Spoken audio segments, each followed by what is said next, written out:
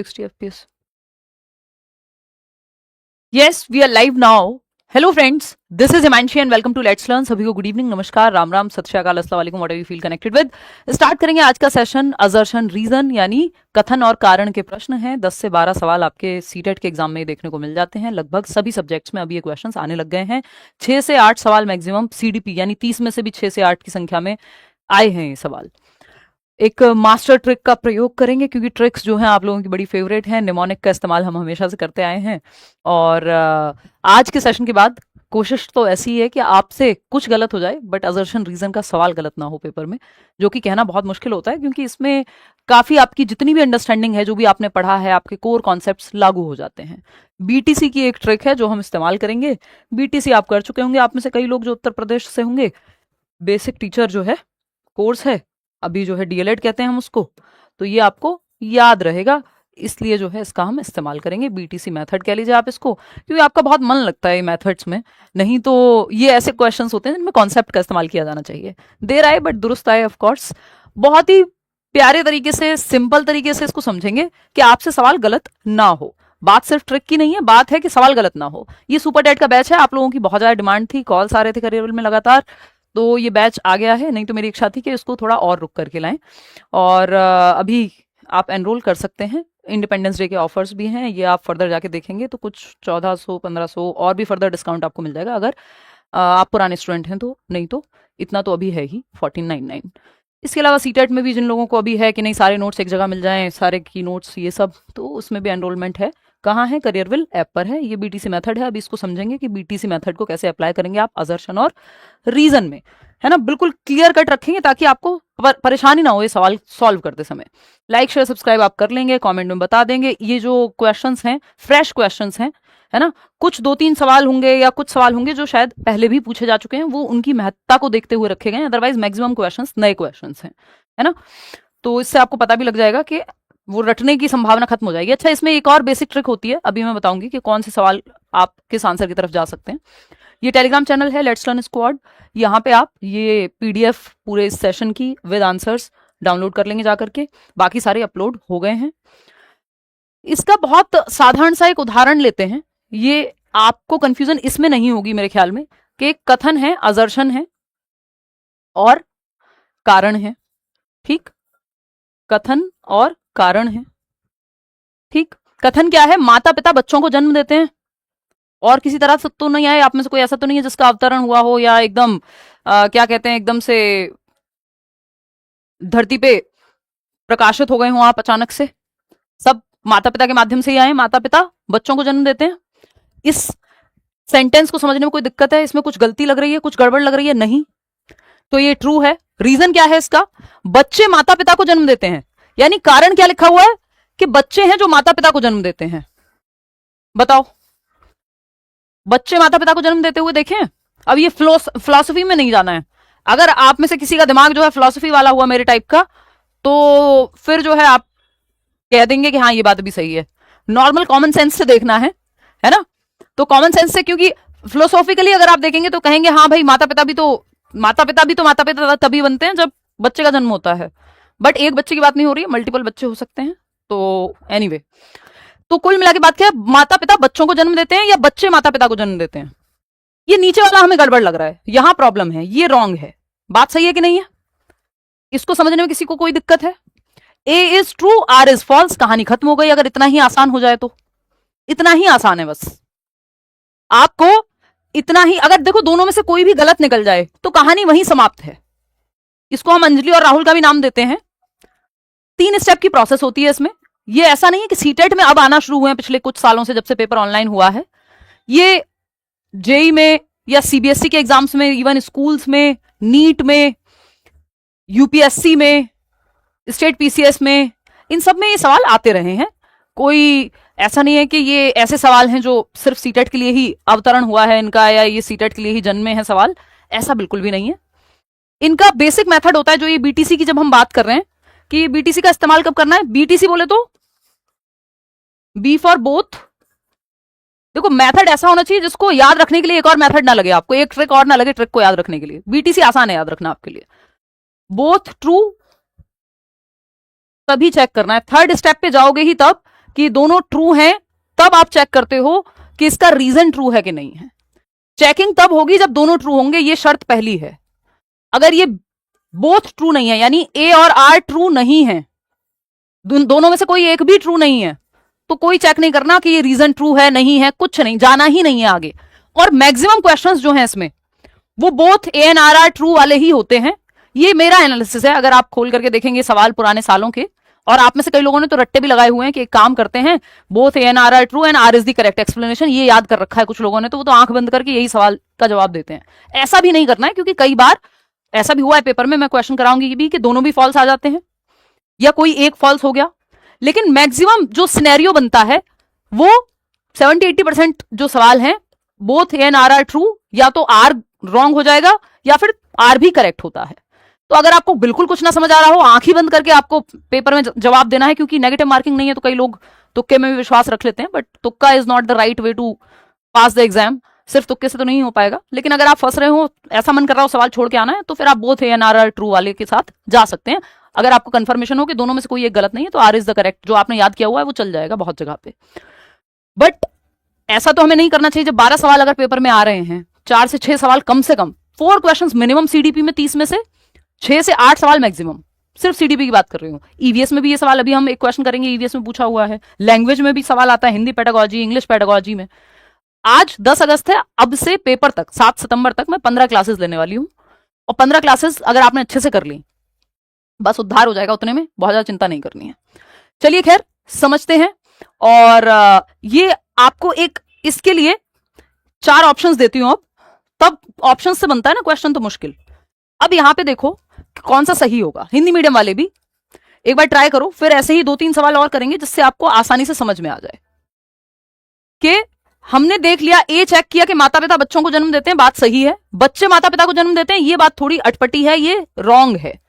तो जब इन दोनों में से कोई भी एक रॉन्ग साबित हो जाए तो तीसरे स्टेप पे नहीं जाना होता।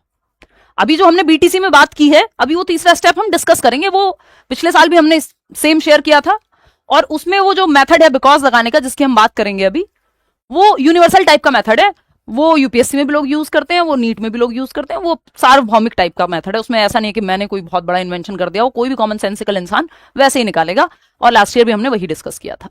तो उस पर अभी आएंगे कि जो बीटीसी पे चेक करना है, तो चेक क्या करना है, चेक करना है बिकॉज लगा करके। अभी आएंगे उस पर। सिंपल चीजें सिंपल बनानी है, मुश्किल नहीं बनानी है, ठीक है। आप में से कितने लोग क्या जवाब देना, पोल दो भाई। कहाँ है पोल?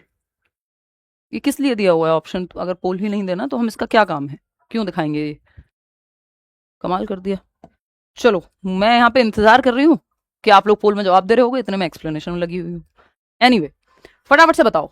अब आपको पता है कि दोनों तो करेक्ट नहीं हो सकते, both A and R are correct, ये तो ऑप्शन ही नहीं है। जहां भी बोथ का ऑप्शन है वो दोनों हटा दो आप, सिर्फ 2 ही ऑप्शन बचेंगे। इसमें एलिमिनेशन बहुत आसानी से होता है और आप आसानी से आंसर तक पहुंच सकते हैं एलिमिनेशन मेथड का इस्तेमाल करके। 92% लोग क्या कह रहे हैं, 93% लोग कह रहे हैं कि आंसर जो है वो 4th ऑप्शन होगा।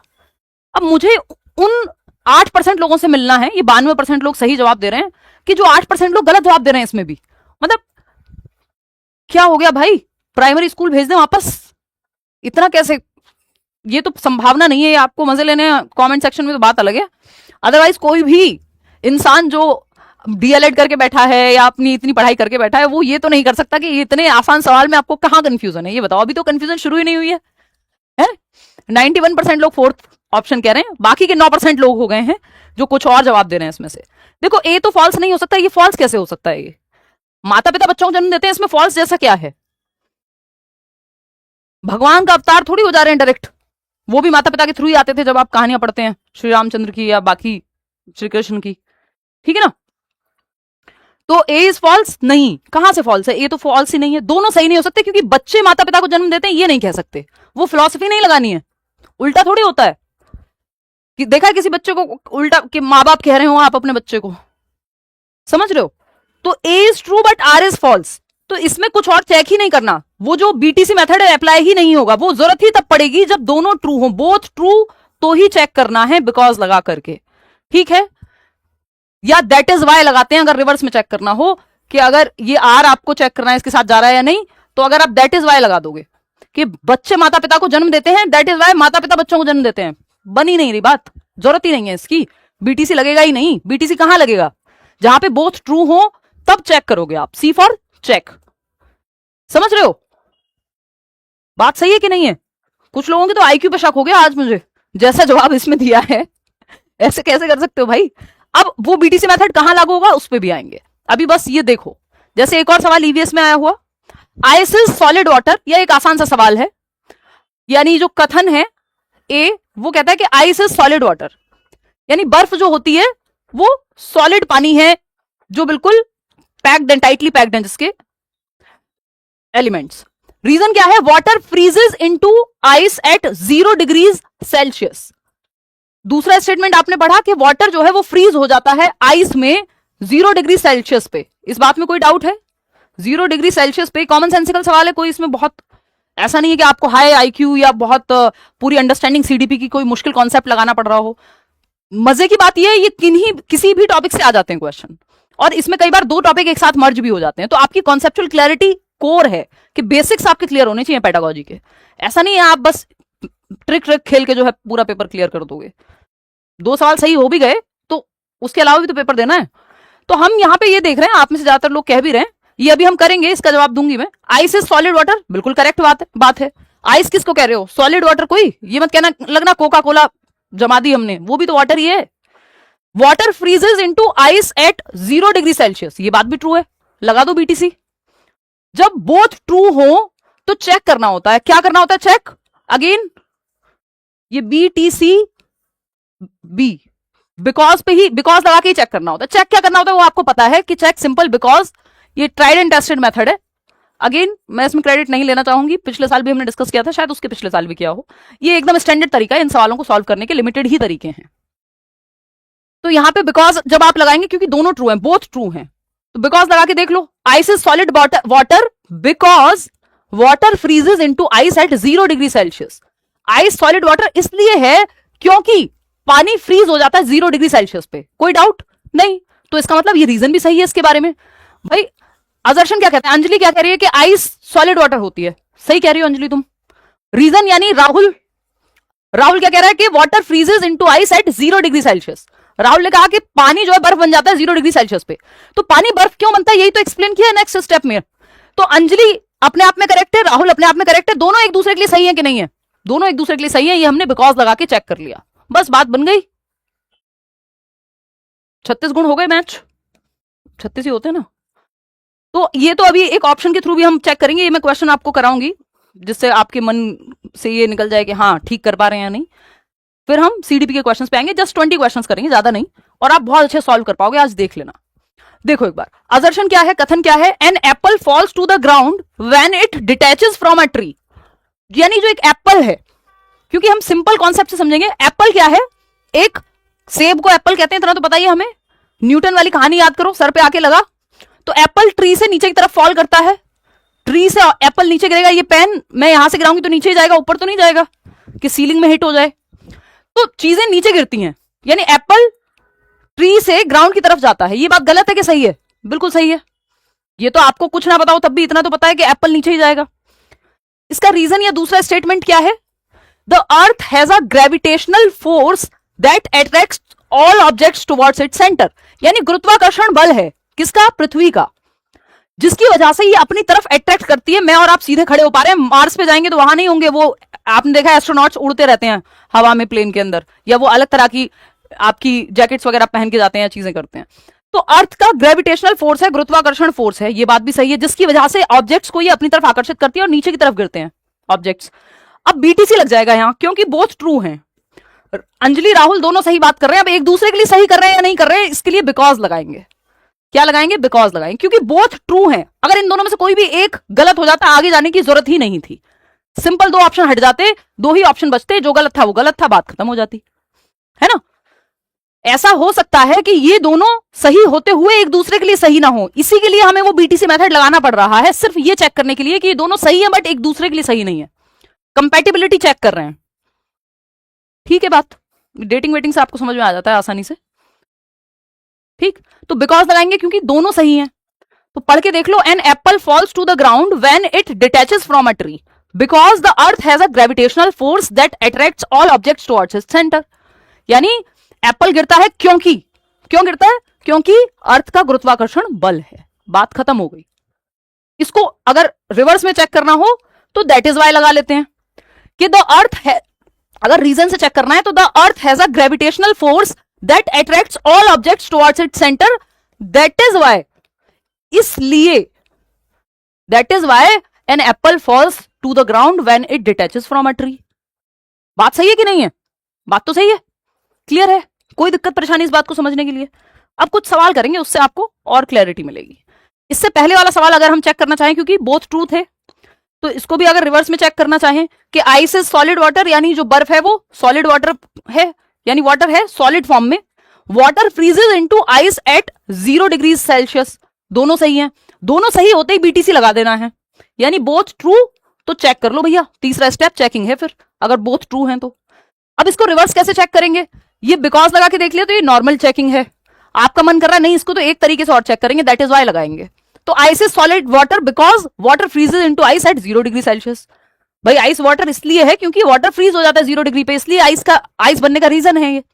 अब इसको अगर दैट इज वाई लगा के चेक करना हो, उल्टा चेक करना है रीजन से, तो आप क्या करेंगे कि water freezes into ice at 0 degree Celsius, that is Y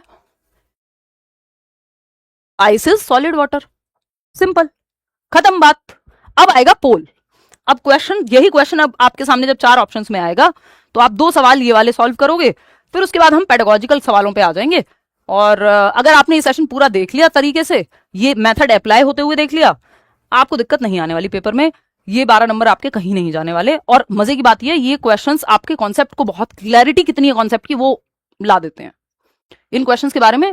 अच्छी बात यही है, ठीक है। अब हिंदी मीडियम वाले भी परेशान हो रहे होंगे, अब वो पढ़ लें, दोनों साइड सेम क्वेश्चन है, बस ऑप्शंस के साथ दिया है, पोल में आपको जवाब देना है। 89% लोग फर्स्ट ऑप्शन कह रहे हैं, देखते हैं। देखिए, ice is solid water. Ice क्या है? सॉलिड वाटर है। हिंदी में भी पढ़ लो, बर्फ पानी का ठोस रूप है। ये बात सही है? हाँ जी, सही है। Water freezes into ice at 0 degree Celsius. ये बात भी सही है कि पानी जो है बर्फ बन जाता है 0 डिग्री यानी 0 डिग्री सेल्सियस पे। ये बात भी सही है। आपको पता है जैसे ही दोनों बातें सही होंगी, बोथ ट्रू होगा तो चेक कर लेना, बीटीसी लगा देंगे, बात खत्म, है ना। चेक करना है क्या करके? ये बी से ही चेक होगा, बिकॉज लगा करके, नहीं तो दैट इज वाई भी लगा सकते हो। चेक करने के 2 तरीके हैं, ठीक। अब यहां पे पता है बर्फ पानी का ठोस रूप है क्योंकि, या बिकॉज, क्योंकि पानी 0 डिग्री पे जम जाता है, या फिर water freezes into ice at 0 degree Celsius, that is why ice is solid water. इसीलिए तो सॉलिड वाटर है क्योंकि बर्फ बन जाता है पानी 0 डिग्री सेल्सियस पे। अब जैसे ही दोनों चेक कर लिए तो बिकॉज लगा दिया, सेट बैठ रहा है कि हाँ सही रीजन है। तो देखो, जैसे ही दोनों सही हो जाते हैं तो 2 ऑप्शन तो पहले हट जाएंगे कि ए इज फॉल्स, हट गया क्योंकि दोनों सही है।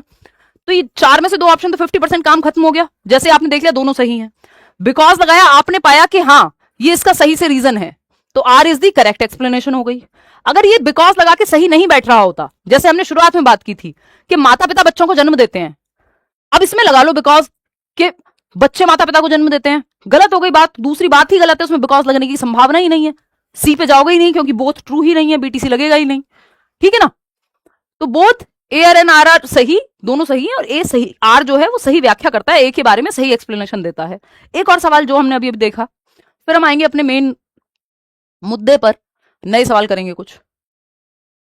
असर्शन वही कि apple falls to the ground when it detaches from a tree, कि जब सेब पेड़ से अलग होता है या गिरता है वह जमीन पर गिरता है। ये बात ट्रू है।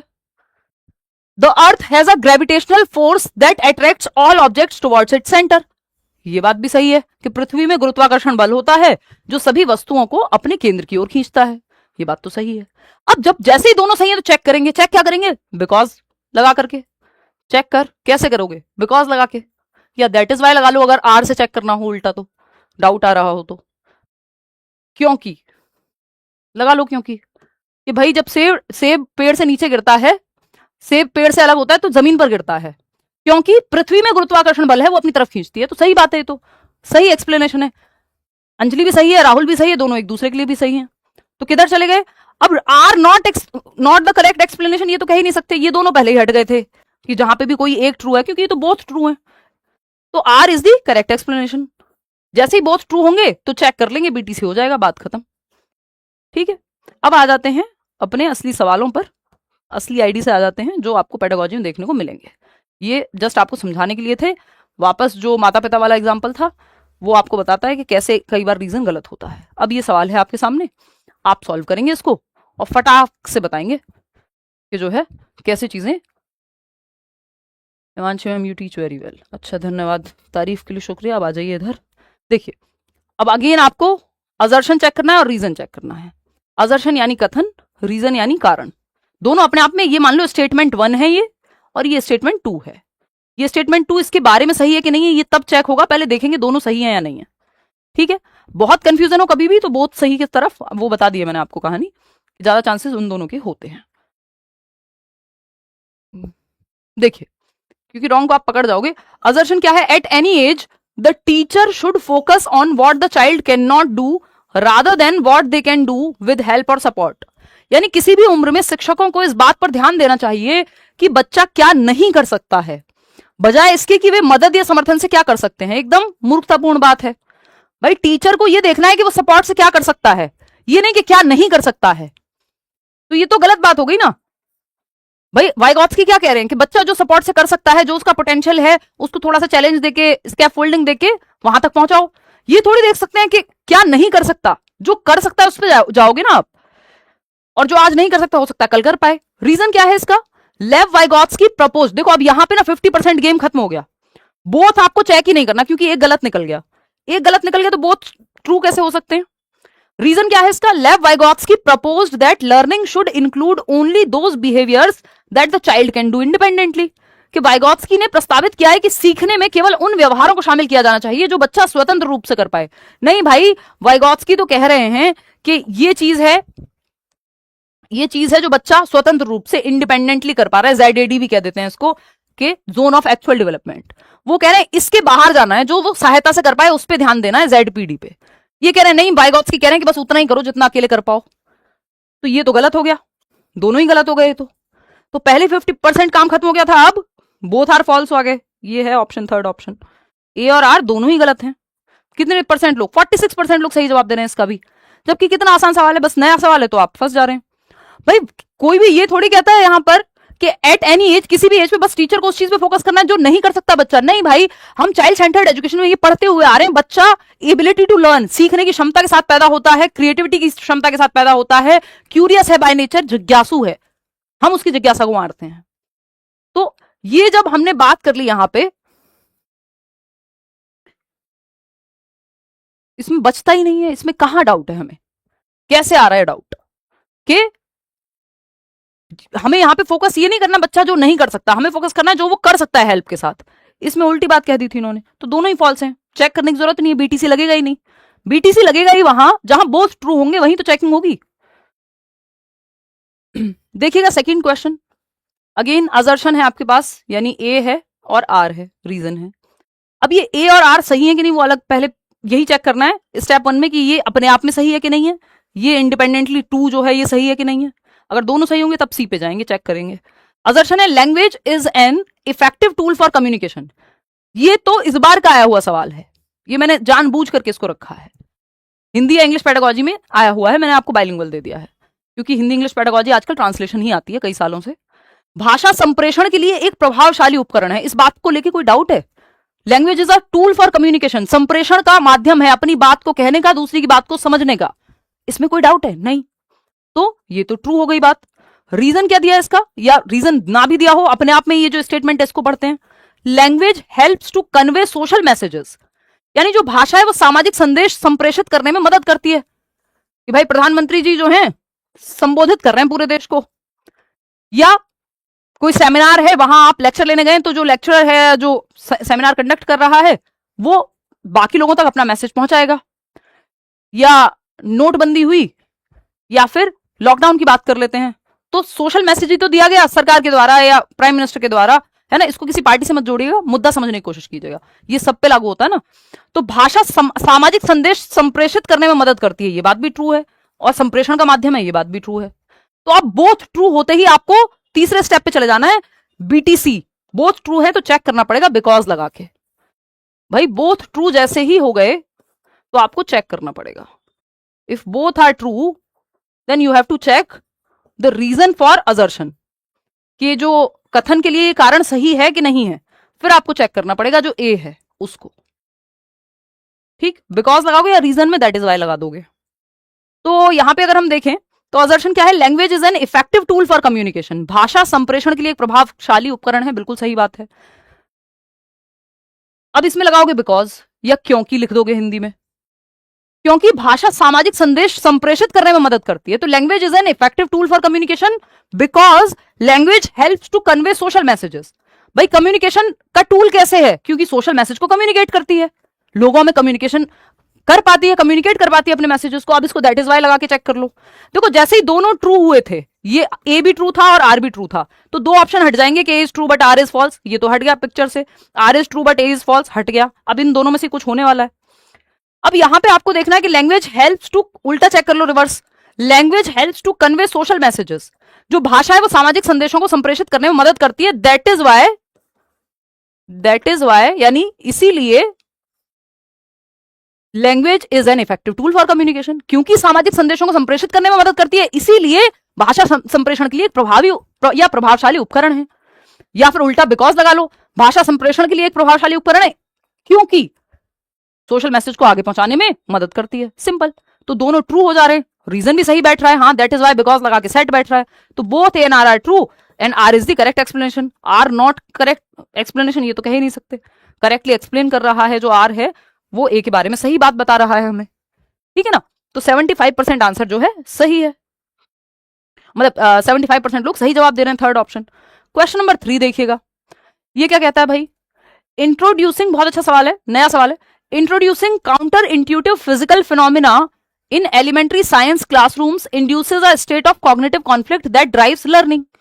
प्राथमिक विज्ञान की कक्षाओं में सहज ज्ञान के विपरीत भौतिक घटनाओं को प्रस्तुत करना संज्ञानात्मक द्वंद्व की स्थिति पैदा करता है जो अधिगम को गति देता है। क्या ये बात सही है? पियाजे को याद कीजिए। अब आपको किसी भी टॉपिक से, पूरे सिलेबस में कहीं से भी ये सवाल बन सकता है, और कई बार दो टॉपिक को भी मर्ज कर देता है। दोनों के बारे में अगर आपको नहीं पता होगा कि एक डेवलपमेंट से है और एक इंटेलिजेंस से है, अब दोनों अगर आपने नहीं पढ़े हैं तो आप फंस जाओगे, फिर सवाल में आएगा अभी आगे ऐसा सवाल भी। तो यहां पर 46-50% कह रहे हैं कि थर्ड ऑप्शन होगा। अभी चेक करेंगे, देखेंगे। तो पहले देखते हैं, introducing counter intuitive physical phenomenon in elementary science classrooms induces a state of cognitive conflict that drives learning.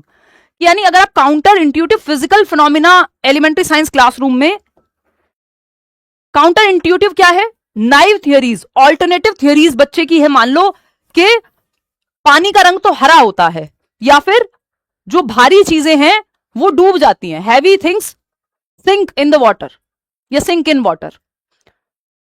अब इसको आप काउंटर इंट्यूटिव को चैलेंज कैसे करोगे? कॉन्फ्लिक्ट कब क्रिएट होगा? जब आप कहोगे कि शिप तो नहीं डूबता। तो आपने चैलेंज किया एक लॉजिक दे करके, तो इसका मतलब कॉग्निटिव कॉन्फ्लिक्ट आया। कॉग्निटिव कॉन्फ्लिक्ट को पियाजे क्या कहते हैं? डिसइक्विलिब्रियम। तो असंतुलन की स्थिति पैदा हुई, असंतुलन की स्थिति पैदा हुई। बात सही है, असंतुलन की स्थिति पैदा हुई। ठीक है, डिसइक्विलिब्रियम, ये जो द्वंद है या कॉन्फ्लिक्ट है, इसको जब बच्चा रिजॉल्व करेगा तो एकोमोडेट करेगा, समायोजन करेगा, तो नया स्कीमा बनाएगा या पुराने को चेंज करेगा कि हाँ भाई वाटर तो कलरलेस होता है, ऐसे तो आपने ब्लू भी देखा है, पानी में जो रंग मिक्स कर दो वो बन जाएगा। तो काउंटर इंट्यूटिव एग्जाम्पल देने से द्वंद क्रिएट होगा, द्वंद से बच्चे का कॉग्निटिव डेवलपमेंट होता है। ये यहां तक की बात तो सही है कि कॉग्निटिव कॉन्फ्लिक्ट से लर्निंग होती है, अगर मान लो कभी कंफ्यूजन ही ना हो। भाई काउंटर इंट्यूटिव का मतलब क्या है? कंफ्यूजन को आप डिस्कस कर रहे हो, अगर कंफ्यूजन ही नहीं होगी तो कभी सीखोगे ही नहीं नया। तो रीजन, ये एकदम सही बात है। रीजन क्या है इसका? यह सेकंड स्टेटमेंट क्या है? Cognitive equilibration is achieved when children modify their existing mental schemas to accommodate discordant experiences. यानी संज्ञानात्मक संतुलन तब प्राप्त होता है जब बच्चे विसंगत अनुभवों को समायोजित करने के लिए अपने मौजूदा मानसिक स्कीमा में संशोधन करते हैं। ये भी सही है, इसमें क्या दिक्कत है? फिर आप गलत जवाब क्यों देने में लगे हुए हैं भाई? जब दोनों सही है तो आप बीटीसी का इस्तेमाल करेंगे, यानी बोथ ट्रू, तो चेक करना पड़ेगा थर्ड स्टेप कि रीजन इसके लिए सही है कि नहीं है। बिकॉज लगा दो, फटाफट से बिकॉज लगा दो, देख लेते हैं। तो introducing counter intuitive physical phenomena, यानी जो सहज ज्ञान है, नाइव थियरीज हैं, वैकल्पिक अवधारणाएं हैं, मिसकॉन्सेप्शंस हैं, उनके अगेंस्ट जब आप डिस्कशन करते हो तो इससे क्या होता है, कॉग्निटिव कॉन्फ्लिक्ट क्रिएट होता है, जिससे लर्निंग होती है, क्योंकि वो नया स्कीमा बनाएगा या पुराने में एडजस्टमेंट या करेक्शन करेगा, जिसको एकोमोडेशन कहते हैं। अगर ये चैलेंज नहीं हुआ होता है, अगर ये कॉन्फ्लिक्ट क्रिएट नहीं होता, तो कभी लर्निंग नहीं होती आगे। तो because cognitive conflict that drives learning, because cognitive equilibration is achieved. Balance कब अचीव होगा, जब बच्चे मॉडिफाई करेंगे अपने एग्जिस्टिंग स्कीमा को, कि भैया ये जो चिड़िया देखी आपने, या हेलीकॉप्टर जो देखा उड़ते हुए, या एरोप्लेन जो देखा उड़ते हुए और उसको बर्ड कह दिया, तो टीचर ने कहा बेटा ये बर्ड नहीं हेलीकॉप्टर होता है। अब जैसे हेलीकॉप्टर कहा तो डिसइक्विलिब्रियम होगा, डिसबैलेंस की स्थिति बनेगी दिमाग में। अब ये डिसबैलेंस जो है लर्निंग को बढ़ावा देगा, क्योंकि अगर कभी ये कंफ्यूजन ही नहीं आता कि हेलीकॉप्टर और बर्ड अलग होते हैं, तो बच्चा तो यही मानता रहता पूरी जिंदगी। तो अब जब क्योंकि उसे पता चल गया, तो ये जो कॉग्निटिव इक्विलिब्रेशन है ये अचीव कब होगा, जो एग्जिस्टिंग स्कीमा है उसका बर्ड का, वो एकोमोडेट कर लेगा कि भाई हेलीकॉप्टर अलग होता है, एक नया स्कीमा बनाएगा, और ये बर्ड अलग होता है, दो अलग चीजें हैं। या पुराने में चेंज कर लेगा कि ये बर्ड नहीं है क्योंकि ये लिविंग नहीं है, या खुद से नहीं उड़ रही, मैनमेड है। तो यहां पर बिकॉज लगाया तो ये सही बन रहा है, तो both A and R are true. देखो ए इज ट्रू तो खत्म हो गई कहानी, ये दोनों ऑप्शन तो हट ही गए पिक्चर से, जैसे ही दोनों ठीक हो जाते हैं। अब आर सही है कि नहीं, हाँ आर सही है, आर इज नॉट करेक्ट थोड़ी कह सकते हैं। तो first option is the right answer. अब ये लैंग्वेज का खेल है, जिसने प्रैक्टिस की होगी थोड़ी सी सवाल पढ़ करके, लैंग्वेज आप ही को पढ़ के समझनी है पेपर में, मैं हेल्प कर रही हूं, अप्रोच डेवलप कर रही हूं कि कहना क्या चाहता है, इसलिए आप साथ में प्रैक्टिस कर रहे हैं। First option is the right answer. आगे बढ़ेंगे, क्वेश्चन नंबर 4 देखिएगा। चलो ये आसान है थोड़ा सा, ये आसान सवाल है, इसको गलत मत कीजिएगा प्लीज, ठीक है ना, इसको गलत नहीं करना है। बताओ फटाफट।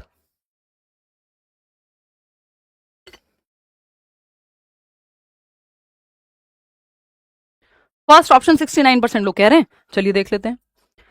अब यहां पर स्टेटमेंट 1 उठाएंगे, ए उठाएंगे, क्या कहता है, physical growth is a life long process that continues dynamically from birth until the end of human life.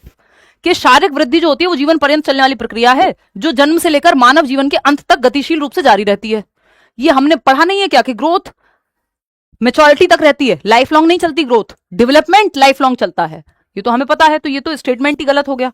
जैसे ये गलत हुआ, ये बोथ वाले ऑप्शन दोनों हटा देंगे हम, क्योंकि आगे भी सेकंड पे भी जाने की जरूरत नहीं है, आपके 50% ऑप्शन हट गए। रीजन क्या है, growth primarily refers to quantitative biological changes such as increase in height, weight and cellular structure। Height weight जो आपकी कोशिकीय संरचना है, या इवन आपके ऑर्गन्स का वेट है, तो आपकी हाइट हमेशा थोड़ी बढ़ती रहती है, एक टाइम के बाद रुक जाती है जैसे मेच्योरिटी अचीव करते हैं आप। तो ये बात भी सही है, लेकिन ये गलत थी, तो गलत थी तो खत्म ही हो गई कहानी, बीटीसी पे जाना ही नहीं है अगर दोनों सही नहीं है तो। भाई दोनों सही नहीं है, बीटीसी पे क्यों जाएंगे, जब बोथ ट्रू होंगे तब तो आप चेक करोगे। तो A is wrong, A is false, but R is true. कितने लोग सही जवाब दे रहे हैं, 48% लोग। अब मैंने मान लिया कि आपको ये समझ आ गया है, ठीक है। इसको ऐसे ही एलिमिनेट करना है, सेम एलिमिनेशन, इसमें मल्टीपल मेथड लगा दिए हमने। बीटीसी की तो जरूरत सबसे लास्ट में पड़ेगी। तो डेवलपमेंट का पार्ट है growth, height weight shape size का बढ़ना ग्रोथ है, लेकिन डेवलपमेंट में तो शारीरिक पहलू भी आते हैं, शरीर के हाइट वेट का भी बढ़ना भी है, आपकी समझ का बढ़ना भी है, आपके इमोशंस का, आपकी भाषा का विकास भी है, physical cognitive social emotional. Question number 5 देखिएगा, ये क्या कहता है भाई। क्वेश्चन नंबर 5 कहता है कि असर्शन है, अभिकथन, a child who silently plans each step mentally while assembling a complex model tractor is exhibiting an inability to externalize language indicating delayed language development। बहुत अच्छा सवाल है, आपको कितनी समझ आपकी विकसित हुई आज तक पेडागोजी की, सब चेक कर लेगा ये। एक बच्चा जो एक जटिल मॉडल ट्रैक्टर को असेंबल करते समय प्रत्येक चरण की योजना मन ही मन में बनाता है, वह भाषा को बाह्य रूप से व्यक्त करने में असमर्थता प्रदर्शित कर रहा है, जो भाषा विकास में विलंब का संकेत है। क्या ऐसा है, मन ही मन में अगर स्टेप्स प्लान कर रहा है तो साइलेंट इनर स्पीच का इस्तेमाल कर रहा है या मेटाकॉग्निशन का इस्तेमाल कर रहा है। इसमें ये कहां से आ गया कि उसकी लैंग्वेज का डेवलपमेंट ही डिले हो चुका है, ये कहां से आ गया। तो ये तो बात ही गलत है। जैसे ही ये गलत हुआ तो ये बोथ वाले दोनों ऑप्शन हट गए, बचा ही आपके दो ऑप्शन है। अब इसको पढ़ेंगे, बीटीसी लगेगा ही नहीं यहां पे। Inner speech represents the internalised form of self directed language through which children regulate, plan and monitor there goal directed thinking and actions. जो इनर स्पीच का यहां पे इस्तेमाल किया है, दो कॉन्सेप्ट लग रहे हैं। इनर स्पीच यानी मन में बोल रहा है वो अपने अंदर, 6 साल के बाद आ जाती है, वाइगॉत्स्की की 3 जो प्राइवेट, सोशल और साइलेंट इनर स्पीच है, और मन ही मन में खुद को मार्गदर्शन दे रहा है, उसके लिए बाहर बोलने की जरूरत ही नहीं है उसे। तो आर तो करेक्ट है, आर फॉल्स तो हो नहीं सकता, ये तो हट गया, ऑप्शन ही 4th बचा है। कितने लोग सही दे रहे हैं, 77% लोग, बहुत बढ़िया, बेहतरीन। अगर आप इतना समझ जाएंगे फिर आप गलती नहीं करने वाले इजीली। तो 4th option is right. Wrong तभी करना जब आप श्योर हो, और श्योर कैसे होंगे? कॉन्सेप्ट से होंगे। क्वेश्चन नंबर 6 देखिए। क्वेश्चन नंबर 6 कहता है, वही असर्शन पढ़ेंगे। A child experiencing chronic emotional stress and anxiety at home is likely to show slower physical growth and reduced participation in playground activities. एक बच्चा जिसको लंबे समय से मानसिक पीड़ा है, चिंता है, एंजाइटी है, इमोशनल डिस्टर्बेंस है, वो फिजिकली भी बहुत अच्छा डेवलप नहीं कर पाएगा, क्योंकि वो बहुत भय में जी रहा है, अब उसके इमोशंस हिले हुए हैं, और आपस में सब फिजिकल, कॉग्निटिव, सोशल, इमोशनल, शारीरिक, संवेगात्मक, संज्ञानात्मक और सामवेगिक सब आपस में जुड़े हुए हैं, विकास के सारे पहलू। ये बात तो सही है, गलत थोड़ी है ये बात, ट्रू है ये बात। रीजन क्या है इसका? रीजन है डिफरेंट, या सेकंड स्टेटमेंट पढ़ना है हमें, एक टाइम पे एक ही स्टेटमेंट पढ़ना होता है। सेकंड स्टेटमेंट पढ़ेंगे भाई। Different domains of child development, physical, cognitive, social and emotional are independent systems and do not affect one another। ये कह रहे हैं कि विकास के प्रकार आपस में जुड़े हुए नहीं है, एक दूसरे को प्रभावित ही नहीं करते। अगेन कहानी खत्म।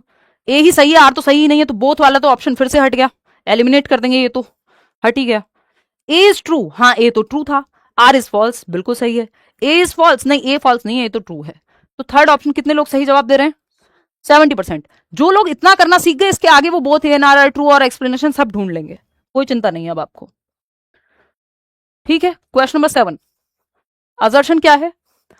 ट्रांसलिंगुअल classroom practices where students are allowed to alternate between their home language and the school language and hence conceptual understanding in science. यानी जहां ऐसी बहुभाषी कक्षा है, या जहां पे अपनी भाषा से, स्कूल की भाषा में बच्चा कभी भी बात कर सकता है, और स्कूल की भाषा से अपनी भाषा पे आ सकता है, यानी फ्लेक्सिबिलिटी है कि वो कोई भी लैंग्वेज यूज कर सकता है।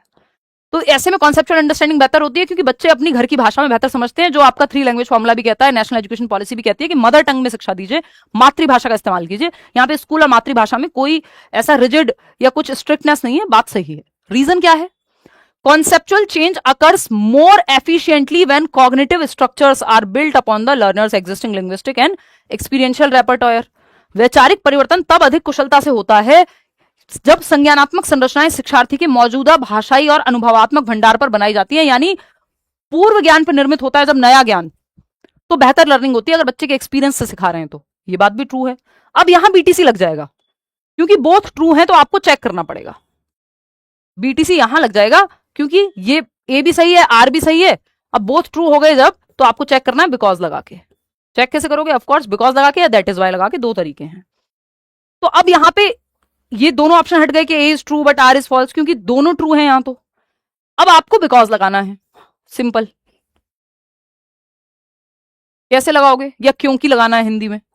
Translingual classroom practices where students are allowed to alternate between, यानी एक भाषा से दूसरी भाषा में ऑल्टरनेटिवली जा सकते हैं, home language and school language में चेंज कर सकते हैं। एनहेंस कॉन्सेप्चुअल अंडरस्टैंडिंग, इससे उनके कॉन्सेप्ट की समझ बेहतर होती है, क्योंकि कॉन्सेप्चुअल चेंज जो है, कॉन्सेप्ट का बनना या दिमाग का विकास ज्यादा बेहतर होता है जब कॉग्निटिव स्ट्रक्चर्स अपने एग्जिस्टिंग लैंग्वेज जो बच्चों को आती है और जो अनुभव उसको आते हैं प्रीवियस नॉलेज पे बेस्ड हो। बिल्कुल सही बात है, क्योंकि लगा लिया, दैट इज वाई लगा के देख लो तब भी हो जाएगा ये। तो both A and R are true and R is the correct explanation. Wrong तो है नहीं, यही बात बिकॉज लगा के सिद्ध हो जाती है। तो बोथ ट्रू, चेक कर लिया, बीटीसी, खत्म हो गई बात। आगे बढ़ेंगे, क्वेश्चन नंबर 8 देखिएगा। ये क्या कहता है भाई? असर्शन क्या कहता है? फटाफट से पढ़ेंगे, 1 2 तीसरा स्टेप जब चेक करेंगे जब दोनों सही हूं। In a geography lesson, asking children to find patterns in local weather changes using newspaper clippings represents a heuristic method of instruction। अब आपके कई कॉन्सेप्ट क्लियर होंगे इन्हीं सवालों से। मतलब क्या है कि कथन है कि भूगोल के पाठ में, यानी ज्योग्राफी जब आप पढ़ रहे हैं, तो बच्चों को समाचार पत्र की कतरनों या फिर जो आपकी क्लिपिंग्स होती हैं, न्यूज़पेपर के आर्टिकल्स होते हैं, कटिंग्स कह लीजिए आप, तो न्यूज़पेपर कटिंग्स से बच्चों को रोज आता है न्यूज़पेपर में आज इतना तापमान है, लोअर इतना होगा, हायर या मैक्सिमम इतना होगा, है ना। तो भूगोल के पाठ में बच्चों को समाचार पत्र की कतरनों का उपयोग करके स्थानीय मौसम परिवर्तनों में पैटर्न खोजने के लिए कहना निर्देश की अन्वेषण विधि को दर्शाता है। ह्यूरिस्टिक मेथड को, टीचिंग के या इंस्ट्रक्शन के ह्यूरिस्टिक मेथड खोज विधि से इंस्पायर्ड है, अन्वेषण विधि कहते हैं इसको। दिया था किसने, आप बताएंगे कमेंट सेक्शन में। ठीक है, अगर हम बात करते हैं यहां कमेंट सेक्शन में बताइए, ये आपका होमवर्क है। जनरली नहीं पूछता है सीटेट में, इसलिए नहीं मैं बोल रही हूँ, नहीं तो इस पे हम चर्चा करते हैं। लेकिन ये चाइल्ड सेंटर्ड मेथड है, बिल्कुल बच्चा एक्टिव है, डिस्कवर करके अपनी नॉलेज तक पहुंचेगा, इंक्वायरी करके खुद से जाएगा। रोज देखा उसने कि 1 महीने से न्यूज़पेपर में ये तापमान आ रहा है, इसी के अराउंड चल रहा है, तो वो पैटर्न समझने की कोशिश कर रहा है, खुद से ज्ञान का निर्माण कर रहा है। बच्चा सक्रिय है तो ऑप्शन सही है, जहां बच्चा एक्टिव है वो ऑप्शन सही है। रीजन क्या है इसका? Under the heuristic method the teacher directs and controls every single step of the investigation to ensure students do not make any mistake। अब जिसको ये नहीं पता कि ह्यूरिस्टिक मेथड क्या होता है वो गलत कर देगा। कैसे? क्योंकि ये कह रहे हैं कि अन्वेषण विधि के तहत शिक्षक जांच के हर एक कदम को पहले से निर्देशित करता है, नियंत्रित करता है, कंट्रोल करता है। भाई ये चाइल्ड सेंटर्ड मेथड है और सुनिश्चित करता है कि बच्चा गलती ही ना करे। देखो, जो ऑप्शन ये कहे कि बच्चे को गलती करना अलाउड नहीं है, वो ऑप्शन बच्चे के पक्ष में नहीं है, और जो बच्चे के पक्ष में नहीं है वो आपके लिए सही नहीं है। पेडागोजी में वो गलत है जहां बच्चा एक्टिव नहीं है, जहां ये टीचर सेंटर्ड है। आपको चाइल्ड सेंटर्ड मेथड चाहिए, तो ये तो गलत हो गई ना बात। सारे एक एक स्टेप पहले से निर्धारित होगा। नहीं, अन्वेषण का मतलब ही नहीं है, फिर खोज विधि का कहां ऑप्शन बचा? यहां खोज तो हो ही नहीं रहा, अन्वेषण तो हो ही नहीं, एक्सप्लोरेशन तो हो ही नहीं रहा। यहां तो वो खुद जानकारी तक पहुंचता है, नहीं तो टीचर खुद भी बता सकता था। टीचर ने ज्ञान को रचना करने के लिए कहा, एक्टिवली कंस्ट्रक्ट करने के लिए कहा, पहले से स्टेप बाय स्टेप थोड़ी बताया कि ये वाला न्यूज़पेपर लेना, वो वाला लेना, ऐसे करना वैसे करना। उन्होंने बता दिया, अब आप खुद से पैटर्न को रिकॉग्नाइज करोगे। ये जो बात हुई है यहाँ पे कि एवरी सिंगल स्टेप लगभग एल्गोरिथम में या एल्गोरिथमिक मेथड में होता है, ये कि मैथ्स का फॉर्मूला है, एक एक चीज पहले से सेट है, स्टेप 1 ये होगा, स्टेप 2 ये होगा। ह्यूरिस्टिक में तो बच्चे को एक्सप्लोर करने के लिए मौका दिया जाता है। तो जैसे ही ए सही है आर गलत है, तो ऑप्शन ये बोथ वाले दोनों हट गए। ए सही है आर गलत है, बस खत्म, पहुंच गए आप आसानी से। इसीलिए अब आप समझ पा रहे हो क्यों मैं ये कह रही हूं कि ज्यादातर सवाल जो है वो both A and R are true and R is the correct explanation की तरफ आते हैं, या इन दोनों में से कोई होते हैं। क्योंकि जैसे ही कोई एक गलत होगा ना, फिर आप आंसर ऐसे चुटकियों में ढूंढ लेंगे, फिर आपका वो काम ही नहीं बचेगा, इसमें टाइम ही नहीं लगेगा। बोथ ट्रू और करेक्ट तो आपको चेक ही नहीं करना पड़ेगा। समझ रहे हो? तो इसलिए इनके जवाब ये वाले कम आते हैं। जब आप फंस रहे हो तो वो both A and R are true की तरफ, या ऊपर के दोनों ऑप्शंस में से कोई एक ऑप्शन होने की संभावना ज्यादा रहती है। Both A and R are true, R is not correct, R is correct, ये जो ऊपर के दो ऑप्शंस हैं ये आते हैं, ऐसा नहीं आते, बट संभावना मतलब इनकी संख्या कम है। क्वेश्चन नंबर 9 देखिएगा। 50% सेशन हमने खत्म कर लिया है, क्योंकि इनमें टाइम लगता है थोड़ा पढ़ के समझने में, और हम तसल्ली से समझ भी रहे हैं। ये वाले क्वेश्चंस टाइम लेंगे आपका। सवाल आप सॉल्व कर देंगे? बताइए फटाफट। 20 सवाल हैं बस आज, क्योंकि इससे आपको क्लैरिटी आ जाएगी। शुरू के 3-4 सवाल हमने काउंट नहीं किए।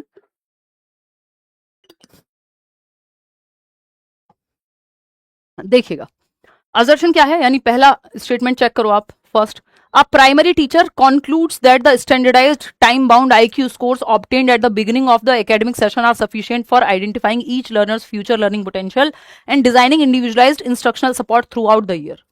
एक प्राथमिक शिक्षक शैक्षणिक सत्र के आरंभ में कहता है कि IQ से ही सब कुछ निर्धारित हो जाएगा।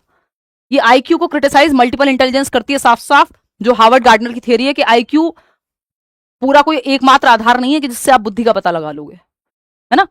तो ये नहीं है कि प्राइमरी टीचर ये कहेगा आईक्यू से बस या तो सपोर्ट मिले या फिर ना मिले, सारा कुछ पूरा फ्यूचर डिसाइड हो जाएगा आईक्यू टेस्ट से। नहीं भाई, हम ये मान के चलते हैं कि एबिलिटी इज इंक्रीमेंटल। लिख लेना कहीं पे, काम आएगा। Ability is incremental. क्षमता क्या है? क्षमता में बढ़ोतरी संभव है। एबिलिटी इज इंक्रीमेंटल, यानी बढ़ोतरी संभव है। क्षमता को, यानी बच्चे की क्षमता को बढ़ाया जा सकता है। आप ये नहीं कहोगे कि फिक्स हो गई एबिलिटी, बस आईक्यू स्कोर ने तय कर दिया अब तो ये तो सीख पाएगा या तो नहीं सीख पाएगा। आप मानते हो कि क्षमता को बढ़ाया जा सकता है अच्छे मेथड से सिखा के, अच्छा खान पान करके, है ना। आईक्यू पे आपकी सोशियो इकोनॉमिक स्टेटस का प्रभाव पड़ता है, लेकिन ऐसा नहीं है कि एकमात्र उसी का प्रभाव पड़ता है। तो आप एनवायरमेंट अच्छा रख सकते हो, अच्छी एजुकेशन दे सकते हो, क्षमता को बढ़ाया तो जा सकता है। ये थोड़ी कि एबिलिटी इज फिक्स्ड, नहीं भाई, ये व्यू है। एबिलिटी इज फिक्स्ड नहीं मानना है आपको, एबिलिटी इंक्रीमेंटल है। ध्यान रखना, बहुत सारे सवाल इसी बात से सॉल्व हो जाएंगे। इसलिए हम कहते हैं कि टीचर की एक्सपेक्टेशन भी मैटर करती है। आप ये नहीं कह सकते एक बच्चा स्पेशल चाइल्ड है तो उससे आप एक्सपेक्टेशन लो रखेंगे। एबिलिटी इज फिक्स्ड नहीं जी, एबिलिटी फिक्स नहीं है। फ्लेक्सिबिलिटी, लचीलेपन की तरफ जाना है आपको, ठीक है। तो ये तो बात अपने आप में गलत हो गई। अब आप देख रहे हो एक क्वेश्चन से कितने कॉन्सेप्ट सीख रहे हो। अब नेक्स्ट पे जाएंगे। अब जैसे ही ये गलत हो गई तो ये दोनों ऑप्शन तो हट गए पिक्चर से, काम आसान हो गया। ए और आर दोनों तो सही है ही नहीं, क्योंकि एक गलत हो गया। अब बीटीसी लगेगा ही नहीं इसमें। Dynamic assessment estimates our learners' developmental potential by examining how performance changes when graduated prompts, mediated assistance, and adjustable scaffolding are provided within the learner's zone of proximal development. भाई वाइगॉत्स्की तो नहीं कह रहे IQ टेस्ट करा लो, वो कह रहे हैं डायनेमिक असेसमेंट करते रहो, जैसे जैसे बच्चे को नीड हो वैसे वैसे हेल्प देते जाओ. ये बात तो सही है एकदम, रीजन एकदम परफेक्ट है. तो A is false but R is true. कितने लोग दे रहे हैं ये सही जवाब? 72% लोग. परफेक्ट, बहुत खुश हूं मैं आप लोगों की तरक्की देख करके. चलिए, fourth option is the right answer. आगे बढ़ेंगे. क्वेश्चन नंबर 10 देखिएगा. ये क्या कहता है? ये कहता है, अब अगेन स्टेटमेंट चेक करोगे 1 और 2. पहले 1 को चेक करोगे. Classroom instruction should be highly differentiated and customised to cater to the diverse learning paces of students. छात्रों की विविध सीखने की गति को पूरा करने के लिए या सुसाधित करने के लिए कक्षा का निर्देश अत्यधिक विभेदित और अनुकूलित होना चाहिए. यानी विभेदित अनुदेशन का पालन करना है. डिफरेंशिएटेड इंस्ट्रक्शन का, चाइल्ड सेंटर्ड है. डिफरेंट बच्चे की नीड के हिसाब से इंस्ट्रक्शन देनी है.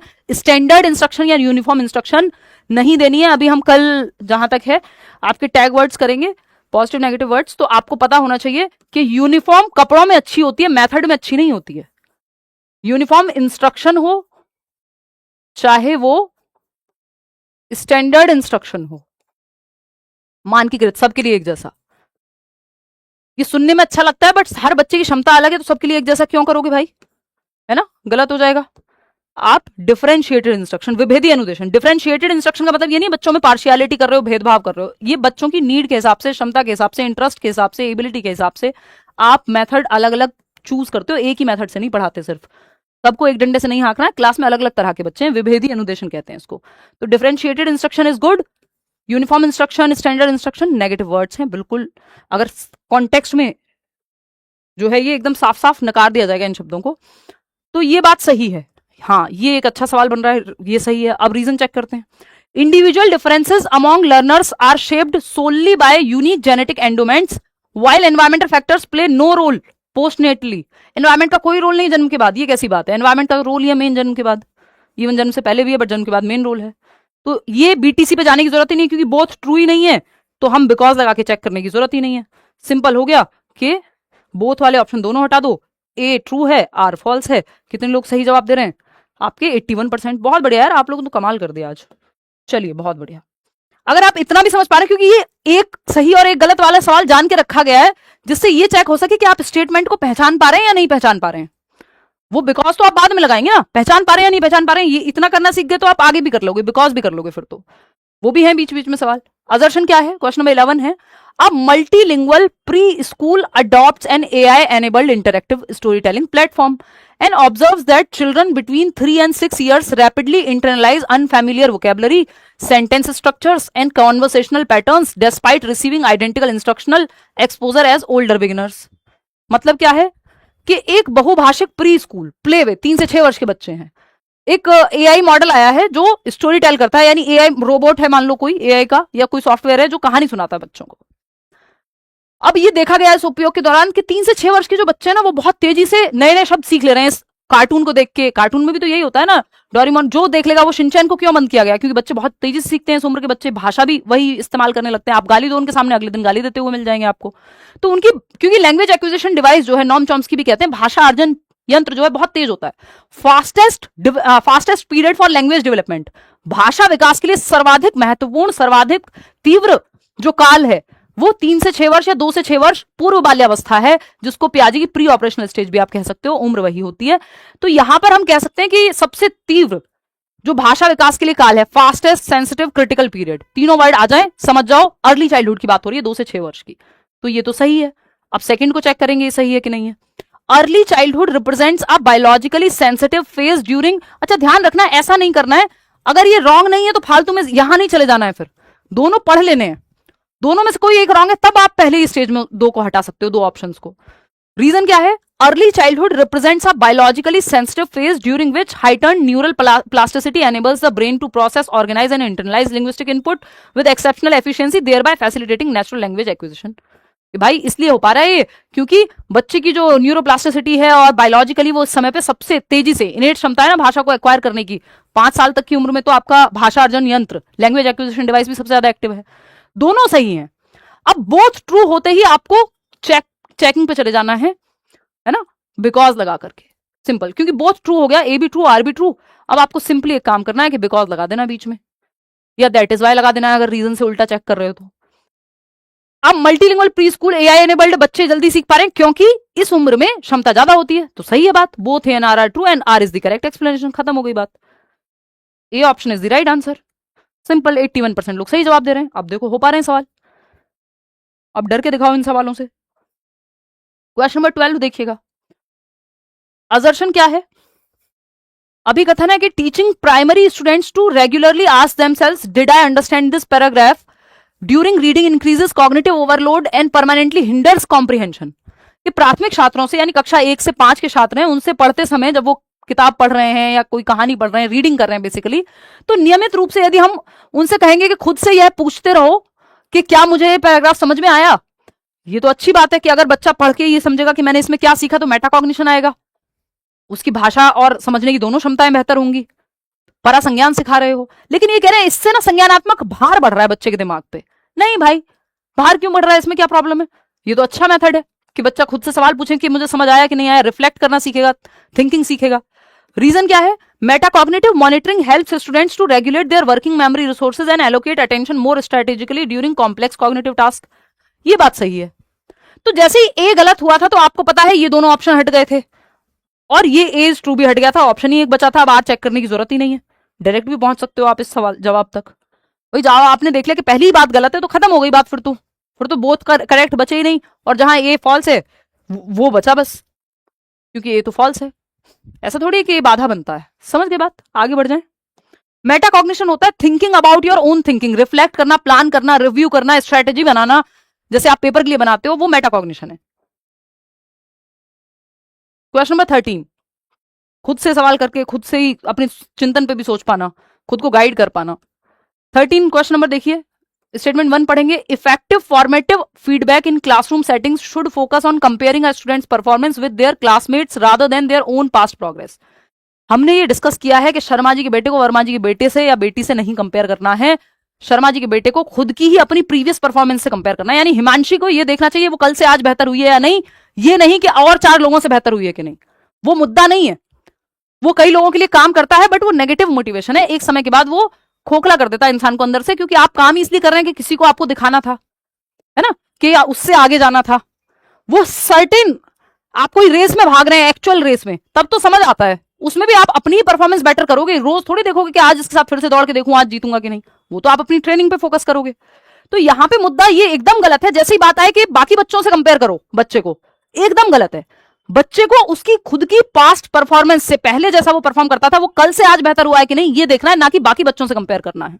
समझ रहे हो? ये एकदम बकवास बात है, फॉल्स हो गया है ये तो, क्योंकि उन्होंने लिखा है कि कक्षा के वातावरण में प्रभावी रचनात्मक प्रतिक्रिया है, कि बहुत अच्छी चीज है कि सहपाठियों के साथ बच्चे की तुलना करो। गलत बात है ये तो सारे ऑप्शन अपने आप ही खत्म हो गए, ये बोथ वाले बचे ही नहीं, और ए ट्रू हो नहीं सकता। तो जैसे ही ए फॉल्स होता है तो बाकी कुछ चेक नहीं करना, सिंपल 4th ऑप्शन पे चले जाना है कि ए इज फॉल्स। अब आर ट्रू हो कुछ हो हमें मतलब है ही नहीं, क्योंकि और ऑप्शन बचा ही नहीं है कोई। तो क्राइटेरियन रेफरेंस्ड, सीआरटी जिसको बोलते हैं, आज ही बैच में किया था हमने, criterion referenced feedback helps learners identify specific gaps in their understanding and promotes a mastery oriented mindset. Criterion reference test जैसे सीटेट है, एनआरटी और सीआरटी 2 स्टैंडर्डाइज्ड टेस्ट हैं। सीटेट आपका क्राइटेरिया है कि 60% नंबर ले आओ जनरल कैटेगरी में हो तो, 55% नंबर ले आओ अगर ईडब्ल्यूएस में हो, सॉरी ईडब्ल्यूएस तो यहाँ लागू नहीं होता सीटेट में, ओबीसी या एससी या किसी और कैटेगरी से हो तो क्राइटेरिया है, किसी को फर्क नहीं पड़ता 140 नंबर ला रहे हो या नहीं। लेकिन नौकरी तब मिलेगी जब बाकियों से ज्यादा नंबर लाओगे, तो वो केवीएस एनवीएस में होगा, वो एनआरटी है। तो वो कुछ जगहों पे क्योंकि लिमिटेड सीट्स हैं और वो कोई ना कोई तरीका उनको चाहिए होगा सिलेक्शन के लिए। ये बात सही है कि मास्टरी का पता चल जाता है कि अगर सीटेट में अनुराग के 143 नंबर आए हैं, लर्नर है हमारे, तो या सचिन के 141 नंबर आए हैं, अनुष्का के 140 नंबर आए हैं, तो इन लोगों की मास्टरी हासिल हो चुकी है उस सिलेबस पे, सीटेट की जितना भी सिलेबस है उस पर मास्टरी हासिल कर चुके हैं, तभी 150 में से 140 आ रहे हैं। तो किस हद तक मास्टरी हासिल हो चुकी है या गैप कहां रह गए, ये दोनों चीजें जानने के लिए सीआरटी काम में आता है। तो ए इज फॉल्स, सिंपल। इसमें तो 4th ऑप्शन, वो तो आपको कॉन्सेप्ट मुझे समझाना था, सही जवाब आप लोगों ने दिया भी है 78% लोगों ने, क्योंकि सिर्फ क्वेश्चन नहीं करने हैं, हमें कॉन्सेप्ट भी समझना है चीजों के साथ साथ, रट्टा नहीं लगाना है। रटंत विद्या तो चलंत नहीं है बिल्कुल, सीटेट में रटना कभी काम नहीं आया, और अब तो समय के साथ पिछले 5-7 सालों में और देखोगे आप तो बिल्कुल भी नहीं आता। पहले भी नहीं आता था, लेकिन और लेंदी हुई है प्रोसेस, लैंग्वेज और लेंदी हुई है। स्टेटमेंट 1 देखो फटाफट।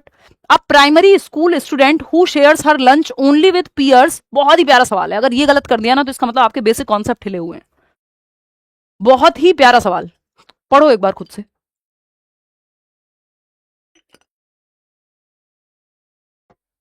इससे प्यारा सवाल धरती पे नहीं बना। देखो एक बार।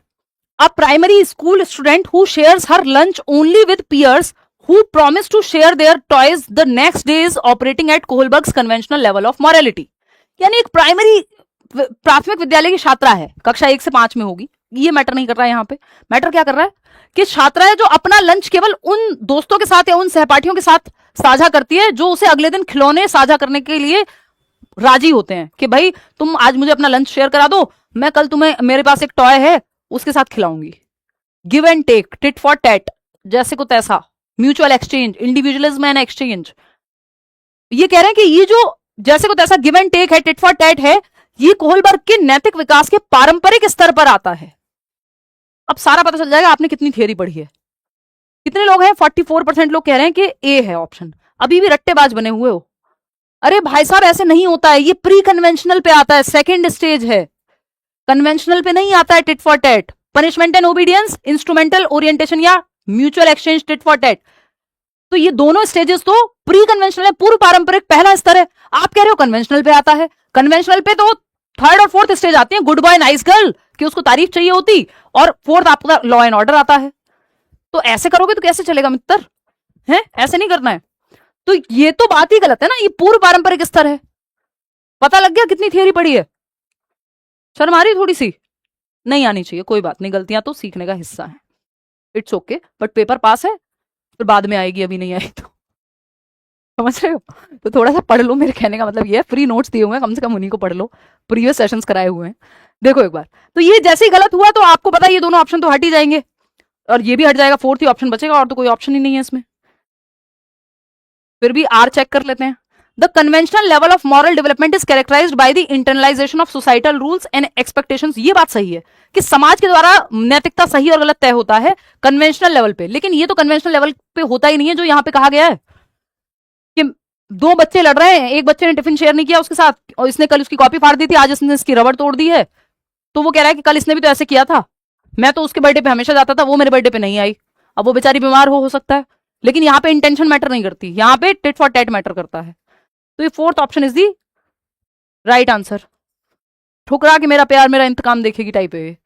चलो देखो एक बार क्वेश्चन नंबर 15 देखो। असर्शन क्या है? Reciprocal teaching is an effective cooperative learning strategy that significantly fosters reading comprehension through active peer dialogue. मतलब पारस्परिक शिक्षण, रेसिप्रोकल टीचिंग, जहां टीचर और बच्चे दोनों एक्टिव हैं।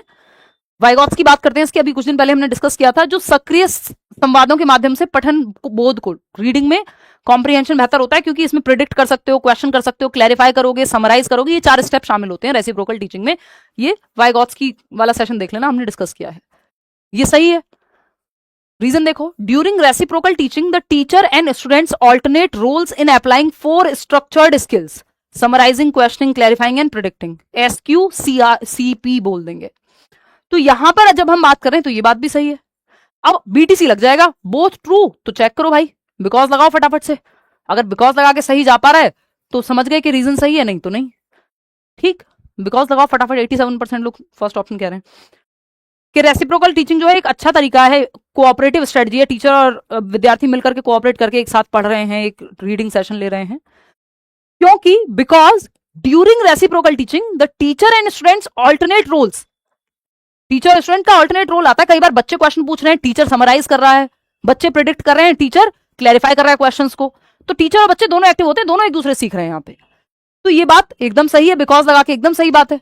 तो both and R are true and R is the correct explanation. BTC लग जाएगा, खत्म बात।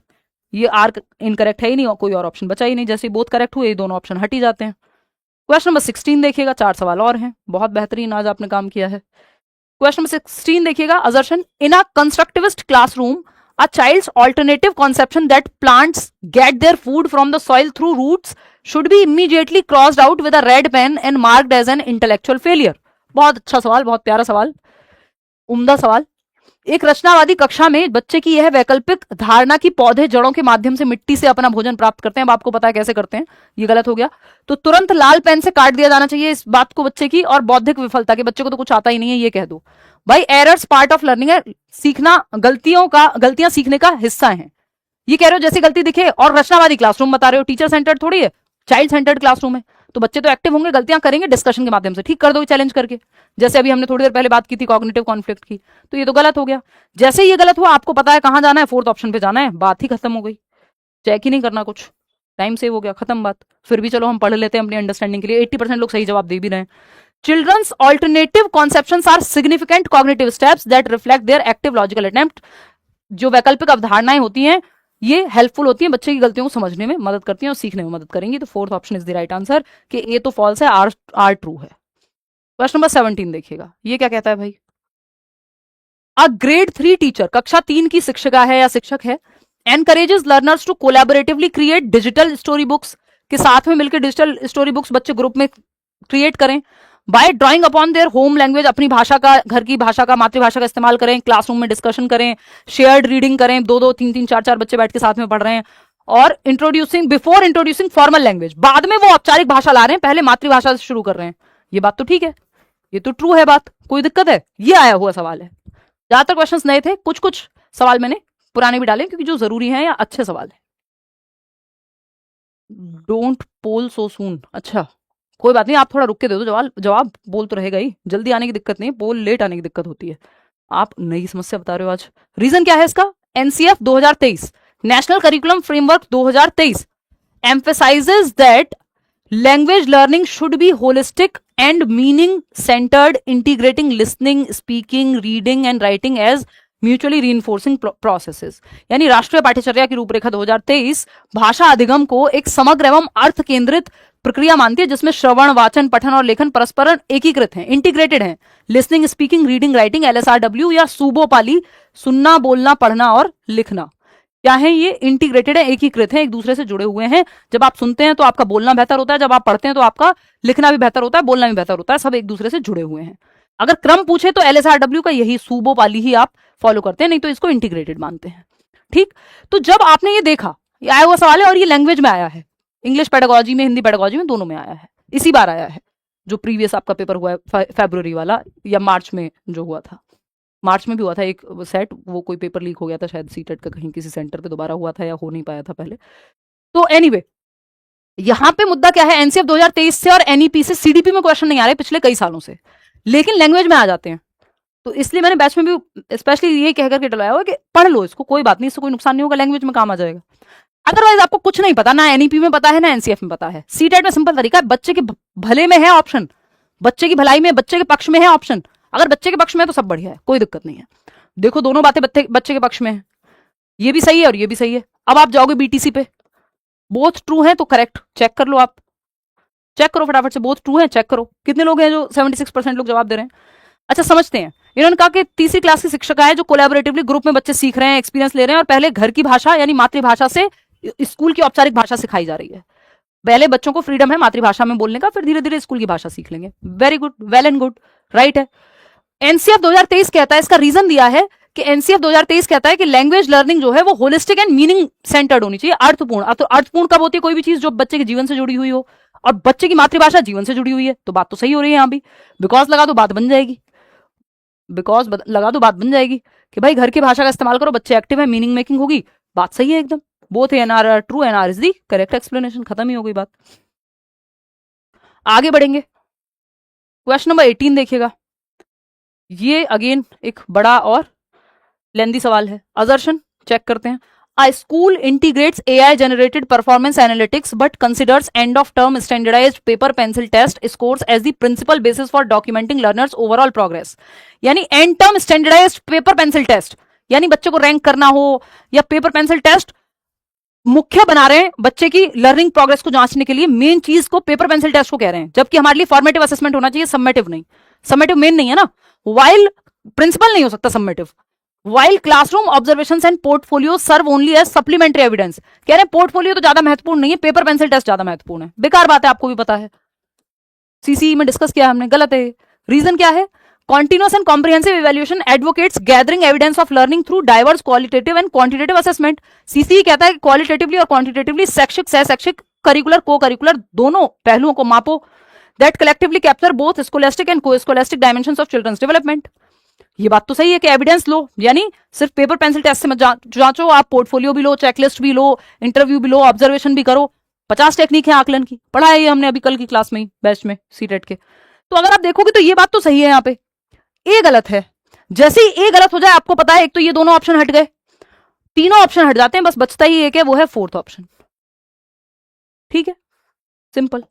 बीटीसी लगेगा ही नहीं, जरूरत ही नहीं है. सेकंड लास्ट क्वेश्चन है, क्वेश्चन नंबर 19. 20 सवाल करने हैं हमें. Teachers must actively appreciate, respect and integrate the diverse socio-cultural backgrounds of students in their classroom transactions. शिक्षकों को अपनी कक्षा की गतिविधियों में, अपनी एक्टिविटीज में क्लासरूम की, छात्रों की विविध सामाजिक सांस्कृतिक पृष्ठभूमि को, जिस समाज जिस संस्कृति से बच्चा आ रहा है, सक्रिय रूप से सराहना और सम्मान और एकीकरण करना चाहिए. बच्चा जिस भी धर्म, जाति, संप्रदाय, सामाजिक परिप्रेक्ष्य से आ रहा है, जो भी एक्सपीरियंस बच्चा जो लेके आए स्कूल में, सब अच्छा होता है. सालों से एक ही बात कह रही हो. उसकी भाषा हो, उसका आर्थिक स्थिति हो, कुछ भी हो, हर चीज अपॉर्चुनिटी है, अवसर की तरह इस्तेमाल करनी है आपको. जो भी है, जो भी लेके आया है वो बेहतर है. उसकी प्रीवियस नॉलेज वो उसकी नींव का काम करेगी, बस आपको कनेक्ट करना है उसको. बात तो सही है. रीजन क्या है या सेकंड स्टेटमेंट क्या है? Children belonging to socio economically marginalised communities possess lower baseline cognitive abilities compare to children from privileged backgrounds. अब यही जो है इन्होंने कलेश कर दिया. गलत है ये बात कि सामाजिक आर्थिक रूप से हाशिए पर रहने वाले समुदायों के बच्चों में विशेषाधिकार प्राप्त पृष्ठभूमि के बच्चों की तुलना में कम आधारभूत संज्ञानात्मक क्षमताएं होती हैं, यानी मानसिक क्षमता कम है गरीब परिवार से आने वाले बच्चे की.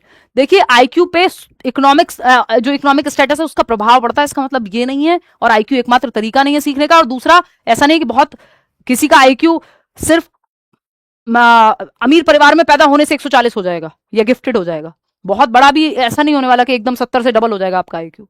प्रभाव पड़ेगा. दूसरी बात ये कि ये हम मान नहीं सकते. हम मानते हैं बच्चे की एबिलिटी इंक्रीमेंटल है, आईक्यू को तो हम बहुत अच्छा नहीं मानते, हम तो मल्टीपल इंटेलिजेंस को मानते हैं, है ना. तो यहां पे ये मानते हैं कि अगर गरीब परिवार से आने वाले बच्चों में अमीर परिवारों से आने वाले बच्चों की तुलना में दिमाग की कमी है, तो डॉक्टर एपीजे अब्दुल कलाम कभी डॉक्टर एपीजे अब्दुल कलाम नहीं बनते, है ना. या इतने लोग जो गरीब परिवारों से आईएएस बन रहे हैं, आईपीएस बन रहे हैं, या आपके इधर आईआईटीएंस बन रहे हैं, मतलब संख्या कम होगी बट बनते हैं ना लोग. तो ये तो नहीं कह सकते कि उनमें संज्ञानात्मक क्षमता की कमी है बाय डिफॉल्ट क्योंकि गरीब हैं. ये तो बेकार बात है एकदम. तो ये गलत हो गया. तो ए तो सही है बट आर इज फॉल्स. तो जैसे ही कोई एक गलत होता है आपको पता है 2 ऑप्शन कम से कम भी हट जाते हैं. तो third option is the right answer. कितने लोग सही कह रहे हैं? 69% लोग. आखिरी सवाल है आज का, देखिएगा. असर्शन या अभिकथन क्या है? होपफुली इन सवालों का डर आपका निकल गया होगा आज. देखते हैं स्टेटमेंट 1 क्या है. Teachers should distance themselves from students and place the primary responsibility for learning entirely on the learners themselves. शिक्षकों को विद्यार्थियों से दूरी बना लेनी चाहिए और अधिगम की प्राथमिक जिम्मेदारी पूरी तरह से बच्चे पे छोड़ देनी चाहिए. क्या ये सही है? नहीं भाई. चाइल्ड सेंटर्ड क्लासरूम का मतलब ये थोड़ी टीचर एक्टिव ही नहीं है, बच्चों को जो करना है करें, टीचर की जरूरत ही नहीं है. टीचर फैसिलिटेटर है भाई, सुविधा दाता है. टीचर और बच्चे दोनों एक्टिव होते हैं एक अच्छी क्लासरूम में. ऐसा नहीं कि सिर्फ बच्चे ही एक्टिव हैं, टीचर है ही नहीं, जरूरत ही नहीं है उसकी. तो ये तो गलत हो गई बात. Learning is facilitated more effectively in an authoritative classroom environment than in a democratic classroom environment. ये जो अधिगम है, लर्निंग है, सीखना है, वो बेहतर होता है किसमें? अधिनायकवादी या सत्तावादी एनवायरमेंट में, बजाय की लोकतांत्रिक कक्षा के. ये तो उल्टा बोल दिया. देखिए पेरेंटिंग स्टाइल अथॉरिटेटिव बेस्ट है क्योंकि वहां कंट्रोल भी है, केयर भी है, नियम भी है और प्यार भी है. अथॉरिटेटिव बेस्ट हो गया. लेकिन जैसे मैं आपको बता भी चुकी हूं बहुत बार, लेकिन अगर हम बात करते हैं किसकी? टीचिंग मेथड की, तो टीचिंग मेथड में अथॉरिटेटिव, अथॉरिटेरियन ये सब कुछ अच्छा नहीं है. टीचिंग मेथड में डेमोक्रेसी बढ़िया है, डेमोक्रेटिक मेथड है. क्योंकि पेरेंटिंग स्टाइल में डेमोक्रेटिक मेथड कोई नहीं है. वहां पे अथॉरिटेटिव होता है, अथॉरिटेरियन होता है, पैसिव मिस्टेक होता है, या पैसिव पेरेंट्स होते हैं, या फिर इग्नोरेंट होते हैं, बिल्कुल नेग्लेक्टफुल बोलते हैं जिसको. पेरेंटिंग के 4 टाइप हैं जिसमें अथॉरिटेटिव बेस्ट है. अथॉरिटेरियन वहां भी बेस्ट नहीं है कि कह दिया ना कह दिया, अमिताभ बच्चन टाइप्स, मतलब एक्चुअल अमिताभ बच्चन नहीं, जो मूवी है उनकी, चाहे वो मोहब्बतें हो, चाहे वो आपकी कभी खुशी कभी गम हो. तो अथॉरिटेरियन वहां बेस्ट नहीं है. पेरेंटिंग स्टाइल में मैं लिख देती हूँ, ये आपके लिए वैसे काम आ जाएगा. ये तो आप समझ गए होंगे कि दोनों ही बातें गलत हैं. डेमोक्रेटिक बेटर होता है अथॉरिटेटिव से. तो both are false. Fourth option कितने लोग सही जवाब दे रहे हैं? 91% लोग। मन खुश कर दिया आपने। अब आप नहीं अटकेंगे इन सवालों में। अब यहां पे एक चीज एक्स्ट्रा में सुन लो, काम आएगी, कि जो पेरेंटिंग स्टाइल है, एक होती है पेरेंटिंग स्टाइल्स, यानी बच्चे को रियरिंग अप स्टाइल्स भी बोलते हैं, कि बड़ा कैसे करना है आपको, बच्चे को उसका पालन पोषण कैसे करना है। पेरेंटिंग स्टाइल्स में 4 स्टाइल पढ़ते हैं, ये आप बड़े बैचेस में सीटेट के बाद जब आएंगे तब हम डिस्कस करेंगे, अभी भी हम कर लेते हैं मौका लगने पे। 4 हैं। बेस्ट कौन सी है? बेस्ट होता है अथॉरिटेटिव, अधिनायकवादी कह देते हैं, अथॉरिटेटिव। अथॉरिटेटिव बेस्ट है। क्यों है बेस्ट? क्योंकि केयर और कंट्रोल दो ही चीजें होती हैं पेरेंटिंग में। केयर भी है यहां और कंट्रोल भी है, यानी नियम भी है लेकिन बच्चों की केयर भी है, डिसिप्लिन भी है और चर्चा भी होगी, डिस्कशन होके रूल्स तय होंगे घर के या बच्चों के। अच्छा, उनको साइंस स्ट्रीम लेनी है, क्यों लेनी है, उस पर चर्चा होगी। सही और गलत क्या है, दोनों पहलू देखे जाएंगे। मन क्या है ये देखा जाएगा। नियम है कि भाई घर में 11 बजे से पहले आना है रात को, और ये सबके लिए, ऐसा नहीं है लड़कियों के लिए है। किसी घर में कुछ और हो सकता है, अलग अलग फ्लेक्सिबिलिटी हो सकती है, किसी और जगह पे नियम हो सकता है। केयर और कंट्रोल दोनों है बेसिकली। क्योंकि अगर ये होगा कि बच्चों को आप कहो जिस टाइम उठ रहा है सब सही है, तो फिर दिक्कत हो जाएगी, फिर तो वो स्कूल भी नहीं जाएगा। तो कंट्रोल भी चाहिए और केयर भी चाहिए। अब यहां पर पेरेंटिंग स्टाइल में बेटर होती है अथॉरिटेटिव। जैसे ही बात करते हैं टीचिंग स्टाइल की, टीचिंग स्टाइल की जैसे ही बात करोगे तो ये तो पेरेंट्स के लिए बेहतर हो गई authoritative teaching style. Teaching style में बेहतर होती है या बेस्ट होती है, हम कहेंगे डेमोक्रेटिक स्टाइल, क्योंकि यहां अथॉरिटेरियन है, अथॉरिटेटिव का कोई रोल नहीं है। डेमोक्रेटिक यानी हर बच्चे को अपनी बात कहने की आजादी है, लोकतांत्रिक टीचर ज्यादा बेहतर है, जहां बच्चे और टीचर दोनों एक्टिव हैं, for the people, by the people, of the people. समझ लो, डेमोक्रेटिक स्टाइल ये बेहतर है, क्योंकि बच्चे और टीचर दोनों एक्टिव हैं, टीचर और स्टूडेंट बोथ आर एक्टिव। तो अगर टीचिंग मेथड में बात करें तो आप कहेंगे डेमोक्रेटिक मेथड बेस्ट है, लोकतांत्रिक विधि। पेरेंटिंग स्टाइल में बात करें तो आप कहेंगे अथॉरिटेटिव, अथॉरिटेरियन नहीं, वो हिटलर शाही हो जाएगी, अथॉरिटेटिव बेटर है। आउट ऑफ 20 क्वेश्चंस कितने ठीक हुए वो आप बताएंगे। अगर आप बैच में रेगुलर प्रॉपर चैप्टर्स पढ़ना चाह रहे हैं, सुपर टेट में आप ले लीजिए एडमिशन, ये free book, actual physical book मिलेगी, जो मैक्सिमम एडमिशन शुरू वाले होंगे। हिंदी मीडियम में ये बुक होगी, प्रैक्टिस बुक एक आपके घर आएगी, और ये लाइक शेयर सब्सक्राइब आप कर लेंगे। ये जो पीडीएफ है आज के क्वेश्चंस का, वो आपको टेलीग्राम चैनल पे मिल जाएगा विद आंसर्स मार्क्ड। प्रीवियस सारे पीडीएफ्स अपलोड हो गए हैं, जिन्होंने चेक ना किए हों वो चेक कर लें जाकर के। और बेसिक ध्यान रखेंगे कि आप बीटीसी का इस्तेमाल कर सकते हैं इन सवालों को सॉल्व करने के लिए। अगर बोथ ट्रू हैं तभी आप चेक करेंगे बिकॉज लगा के, या फिर दैट इज वाई लगा लेंगे अगर रीजन से चेक करना है तो, है ना, सिंपल बात है। और जैसे कोई एक गलत निकल जाए तो समझ जाओ कि आसान हो जाएगा आंसर। इसीलिए ज्यादातर जो क्वेश्चंस होते हैं बोथ करेक्ट होते हैं, बस रीजन आपको चेक करना होता है बिकॉज लगा करके, है ना। चलिए आज के लिए इतना ही, होपफुली आपको सेशन पसंद आया होगा। और जैसा कि मैंने आपको बताया कि आपका ये प्राइमरी का बैच है भाई, 1st to 5th वाला जो सुपर डेट का बैच है। मैं 1-2 सवाल ले लेती हूँ आप लोगों के, फिर हम आगे बढ़ जाएंगे। वैसे अब बोलने की हिम्मत नहीं बची है, बिल्कुल थक चुकी हूँ बाकी क्लासेस भी लेके, फिर भी चेक कर लेती हूँ आप लोगों के सवाल। ईवीएस पेडागोजी, आप प्रीवियस सेशन देख लो, बहुत ज़्यादा चेंज नहीं हुआ है ना। इस बार 15 सेशन लेने हैं, एक मैंने ले लिया, अभी 14 सेशन और हैं पेपर तक आपके यूट्यूब पे जो मैं लूँगी। बैच में तो प्रॉपर क्लासेस हुई ही हैं। वो 15 सेशन में आप एक्टिव रहिए। ये 15 भी देख लिए ठीक से, फ्री नोट्स दिए हुए हैं, डिस्क्रिप्शन बॉक्स में लिंक मिल जाएगा, बिल्कुल फ्री है। बस मैं ये चाहती हूँ आपका पेपर क्लियर हो जाए, तो वो फ्री नोट्स डाउनलोड कर लो। आज भी वो उतने ही रेलिवेंट है। मैराथन का पूरा प्लान है 20 अगस्त को, जहां तक है सीडीपी का मैराथन रखेंगे, सब ठीक रहा तो 23 अगस्त को हिंदी का और इंग्लिश का। पूरी कोशिश है मेरी कि मैं मैराथन लूँ, है ना। चलिए, बहुत बढ़िया। Batch payment is not happening, कोई ग्लिच होगा, एक बार फिर से ट्राई कर लेना, हो जाएगा। बहुत सारे लोग रहते हैं करियर लैब पे। डेली क्लास प्लीज यार, मेरी कोशिश है। हम लोग कल मिलेंगे, टैग वर्ड्स करेंगे। Good night sweet ma'am, love you so much. Thank you जी, लव यू टू। और बताइए, उर्दू टीचर नेक्स्ट टाइम से आ जाएंगे। 18 out of 20, 20 out of 20, 17 out of 20, बहुत बढ़िया जी। चलिए, कॉन्सेप्ट आपको बहुत सारे समझने को मिले होंगे, नंबर तो चलो ऊपर नीचे चल जाएंगे अभी के लिए। Good night sweet ma'am, okay ठीक है, सेम कमेंट करने लगे हो। मॉक टेस्ट में 82 आ रहे हैं, कोई बात नहीं, वो उससे ज़्यादा ही आएंगे एक्चुअल में, बट प्रैक्टिस करते रहो। इस टाइम पर रिवीजन बहुत इंपॉर्टेंट है, और जिसने नहीं पढ़ा है उसका पढ़ना इंपॉर्टेंट है। पता चले मैं रिवीजन कह रही हूँ, कोई बंदा आ जाए, ऐसे लोग होते हैं जो अंत में जागते हैं लास्ट के 15 दिन में, तो उनको पहले पढ़ लेना चाहिए। फ्री नोट्स पढ़ लो, फ्री नोट्स से शुरुआत कर लो, 2-3-4 घंटे में पढ़ लोगे। लेस देन 100 पेजेस के तीनों सब्जेक्ट के नोट्स हैं, हिंदी, इंग्लिश, पेडागोजी और आपका CDP। और फर्स्ट पेपर के लिए तो EVS और मैथ्स पेडागोजी भी है। आई मेड 2 मिस्टेक्स इन अ हरी, कोई बात नहीं, ऐसे ही जल्दीबाजी में पेपर में गलती होगी, इसलिए प्रैक्टिस इनफ करके जानी है, ठीक है। चलिए कल मिलते हैं। Positive negative words also please add, Radhika कह रही हैं, कल कराऊंगी Radhika positive negative words, don't worry. चलिए see you tomorrow, hopefully tomorrow वही 9:30 के अराउंड। चलिए take care, bye, good night. Like share subscribe कर लेना, कमेंट्स में बता देना कैसा रहा सेशन, कितना स्कोर आया, कहीं कोई डाउट हो